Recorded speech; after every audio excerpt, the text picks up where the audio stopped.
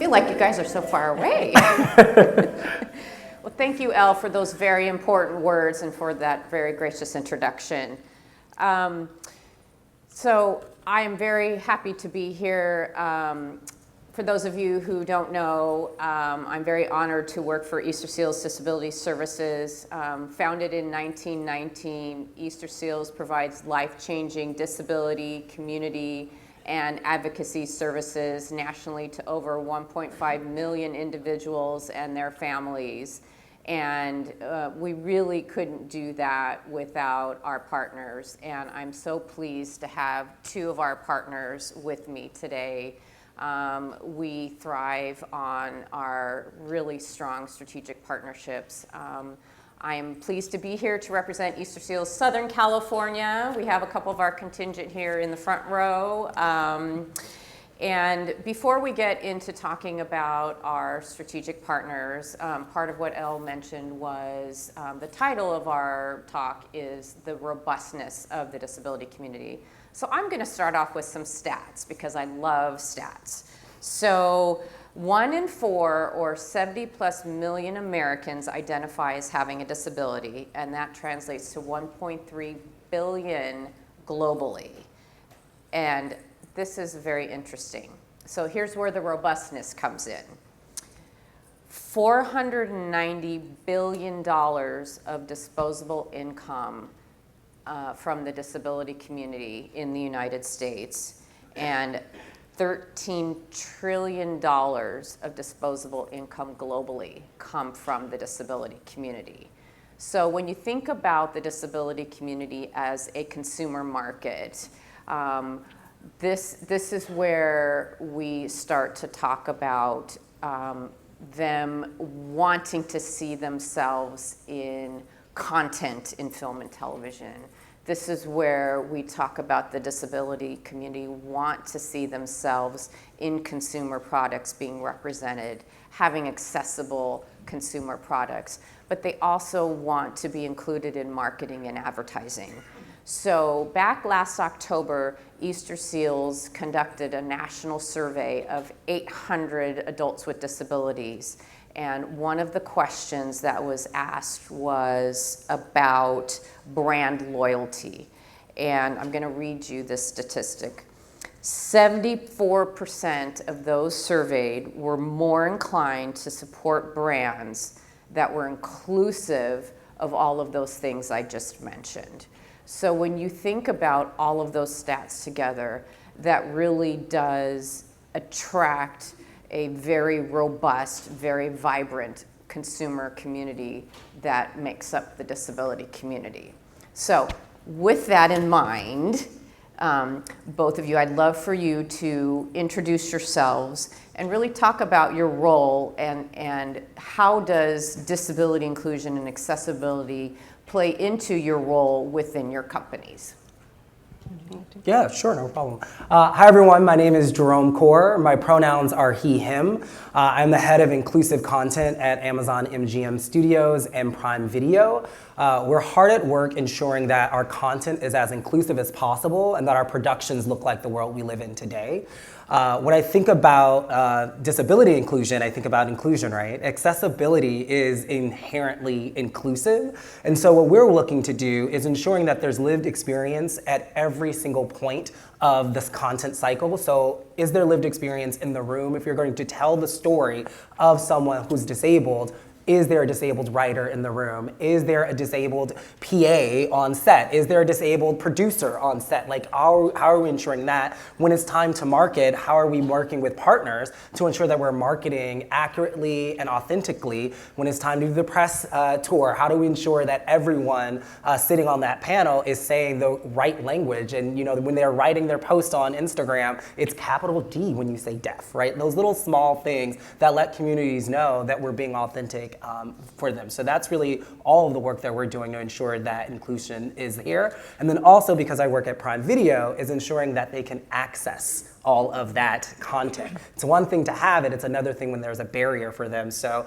because we're a technology company, we're always looking to ensure that is as accessible as possible. And so we have a ton of features, thankfully. Our most recent feature is Audio Boost, where those who are hard of hearing, we actually will boost the audio of the actual actor so they can hear the dialogue over, the big explosion from Reacher, which is fun, or him punching someone. You want to see him punching someone. It's like, it's very ear. But you want to actually hear what he's saying when he's punching someone, because he's probably leaving an Easter egg somewhere. So that's all the things that we're doing.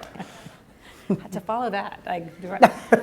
So I'm Debbie Wishart. I'm the Vice President of the Enterprise Organization within T-Mobile. And I have the opportunity to be a partner here with Nancy and Easterseals of Southern California. But in my role, I have the opportunity to work with businesses with employees that are 1,000 employees or greater across the U.S., which is about 8,500 customers in total. And from a disability and inclusion standpoint, we get the opportunity every day to work with some incredible organizations, businesses, as Nancy mentioned, where either they're looking for solutions to serve their stakeholders internally, their employees, or perhaps to serve a community that they serve, again, as Easterseals does. And so we have the great pleasure to do that, and not only have the ability to serve and think about outcomes that we can enable through the technology we have today, but how do we continue to be a part of the innovation to think about needs of the future? So it's really grateful for the opportunity. So I'm going to stay with you, Debbie, a little bit.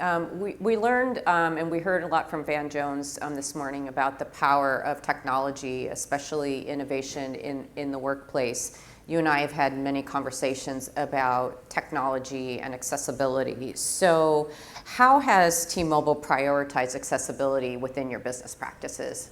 Absolutely. So I first will say, if you're not familiar with T-Mobile, we have a very big culture focus. Our mission, I'll start with that, is to be the best in the world at connecting our clients to their world or our customers to their world. And in order to do that, you talk about accessibility. It's really important that we're connecting individuals regardless of ability. And we really pride ourselves in being very customer-centric. One of our goals, right? Our goals are to be customer-centric, innovative, and inclusive.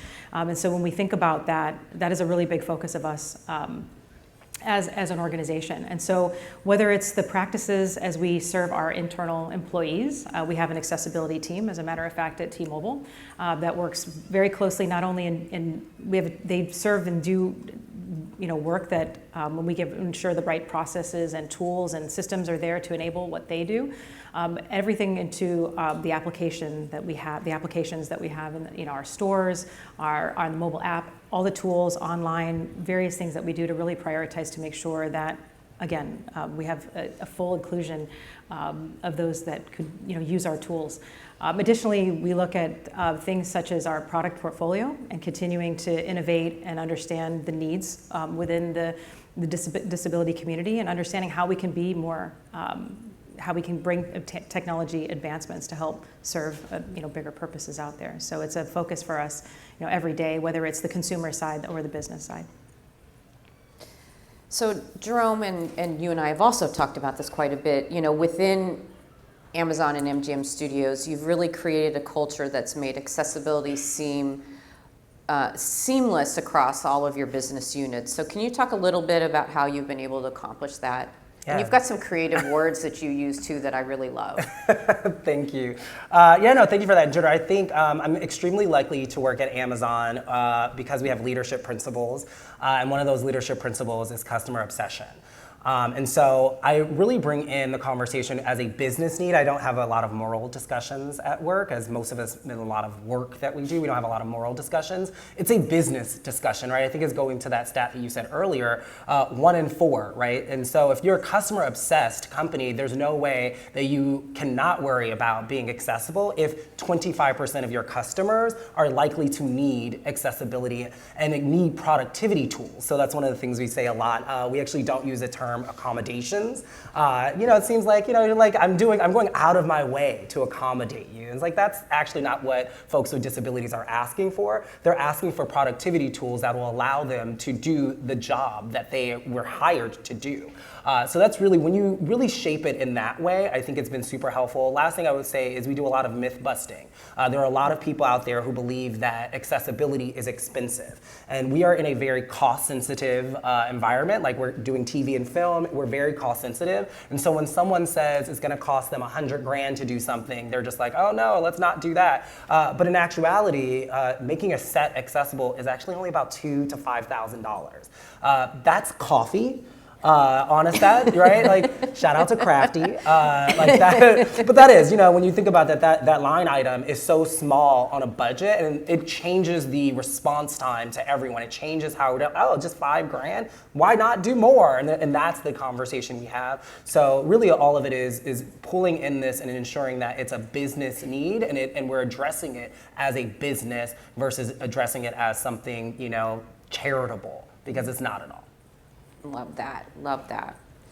So let's talk about the accessibility. You started to mention it a little bit, but a lot of what you do when you talk about accessibility within T-Mobile is leveraging your external partners in the creation of products and services as you support the disability community. So talk to me a little bit about that. Absolutely. So I think first and foremost, there's incredible assets that we as a company, we invest in from a technology and a network perspective, but we know at the end of the day to really enable the outcomes, the business outcomes especially, but any outcomes for whoever the end stakeholder is, you can't go at it alone. And so I believe whether it's partnerships like we have with Easterseals, where we get to understand more about the needs of, again, your stakeholders and how do we shape what we do to be in better service of you.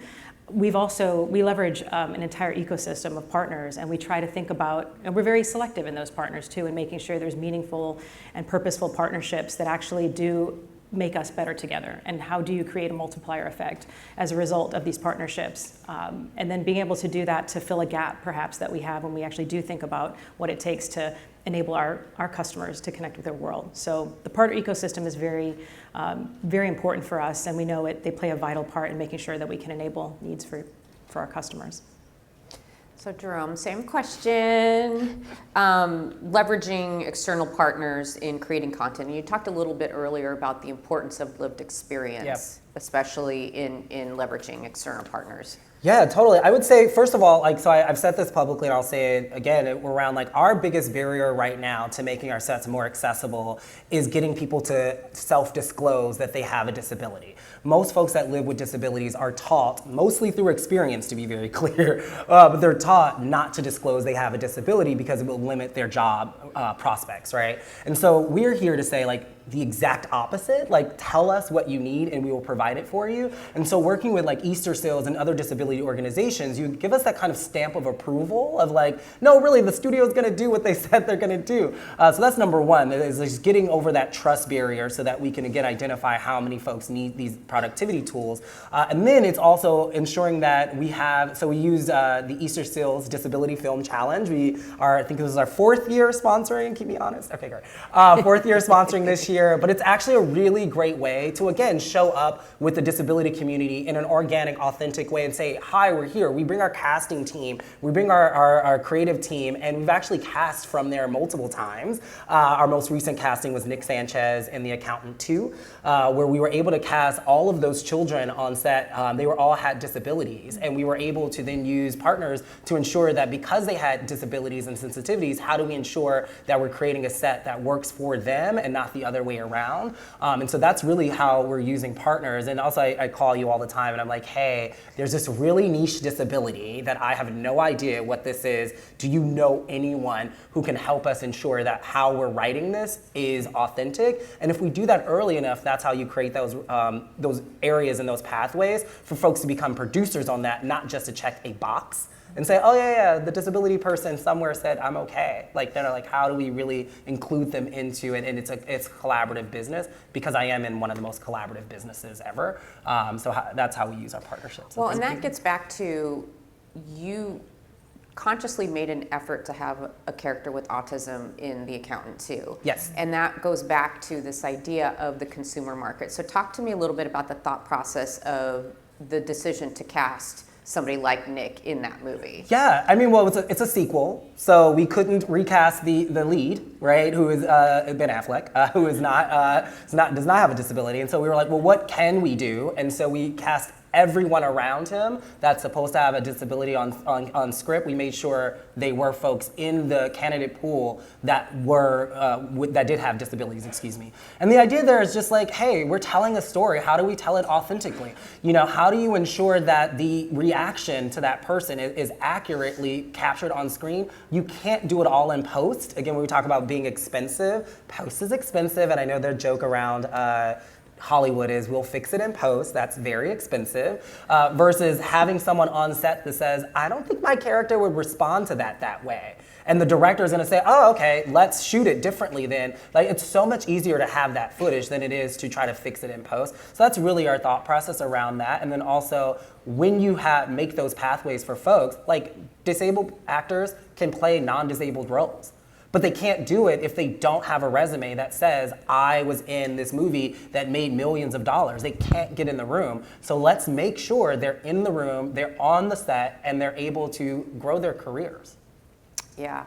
Now, before I get to my final question, Debbie, when you think about your suite of products that are directed towards accessibility to the disability community, do you have an estimate of your portfolio? Like, what does that look like?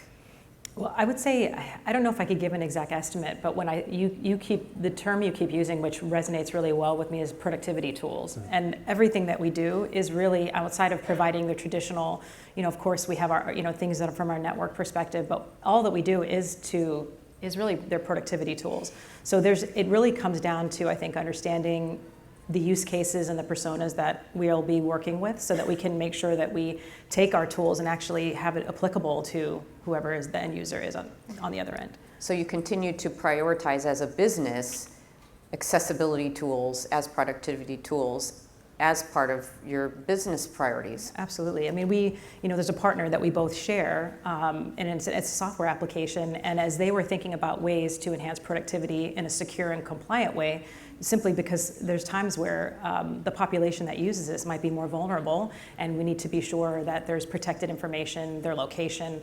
And as they were looking at their platform, they realized there's a community that could be better served if they added additional features to think about this. So this is what I was talking to around just today around what we'll be calling T-Access, and that capability that allows that transcription for someone that might be deaf or hard of hearing, or language barriers or other things that might actually prohibit inclusivity.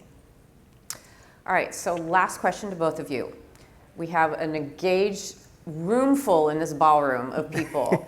So what would be one call to action that you would have for our audience to consider when we want to be inclusive of this amazing, robust disability community? Jerome? I'm gonna cheat. Okay. Automatically and do two. Okay. Two is good. Yeah, just so you know now. No, the first one, I would say, I gave a lot of examples based on what I do, but I know that, again, there's a lot of myths out there no matter what industry you're in. So my first call to action to you all would be to find what those myths are in your specific industry. When someone says, oh, if we're accessible, it's gonna cost a ton of money, like, go find it and work with a partner like Easterseals to bust that myth and say, actually, an ASL interpreter is $75. That's it. That's all they are. They're $75 an hour, and I've seen some watches in this room. Y'all got $75. So I've seen watches in this room. So that's number one. And then number two, what I would say is something you can do also just in your own life is, as I said, I know that barrier of trust, of self-disclosure is everywhere. And what you can do as a person is ensuring that you're creating a safe environment for someone who may have a disability to disclose that to you and ensure that you're actually doing something to ensure they feel safe, they feel seen, they feel heard, and they're given the right productivity tools. If you have someone who's taking a really long time to read through something, maybe they have dyslexia. You don't know that, right? And you can't ask legally. You cannot ask, right? Just we're on the same page. But maybe you change your process and say, I'm gonna send that 24 to 48 hours in advance to make sure you have time to read it. Something that simple allows people to feel seen, heard, and safe, and will give you the best work possible. Did you get two? I got two. You should get two. Okay. I got two. No. Okay. Let's be consistent. You get two. No, I would just try to quickly, I think, summarize. At the end of the day, I think for us, and I'm on my soapbox, I think with my team, my organization all the time, we really want to operate in service. When you're a service-based company, and when you're operating in service, and I've said this actually, I think even last year when we spoke in our panel, previously, when you're in service of someone, you're really thinking about their needs. And so I really feel like if there's a call to action out there, it's really understanding the customer base that you serve, and not just about your own product portfolio and all these great features and functionalities and things that are obviously amazing and you've made great investments. But I would say, how instead do you put yourself on the other end of that and think about those that you're serving, and how does that technology enable them to do something on the other end of that? And I think if we really are thinking about that, when you actually think about disability and inclusion, and like you said, reaching out to partners, if you're not sure and you're like, I have this, like even today when I'm like I said, we have this solution, and I was, Nancy, I think this would be great for, for your organization, but also those you serve, and then you can get some validation and get that feedback. And to me, that's what partnership does, because I know Nancy would probably tell me, no, actually, I don't know that's going to work or not. And I appreciate that we have that relationship built where we can say, would this really serve, your stakeholders in the way that is purposeful? Well, thank you guys for being here today and being great partners to Easterseals. Absolutely. Thank you.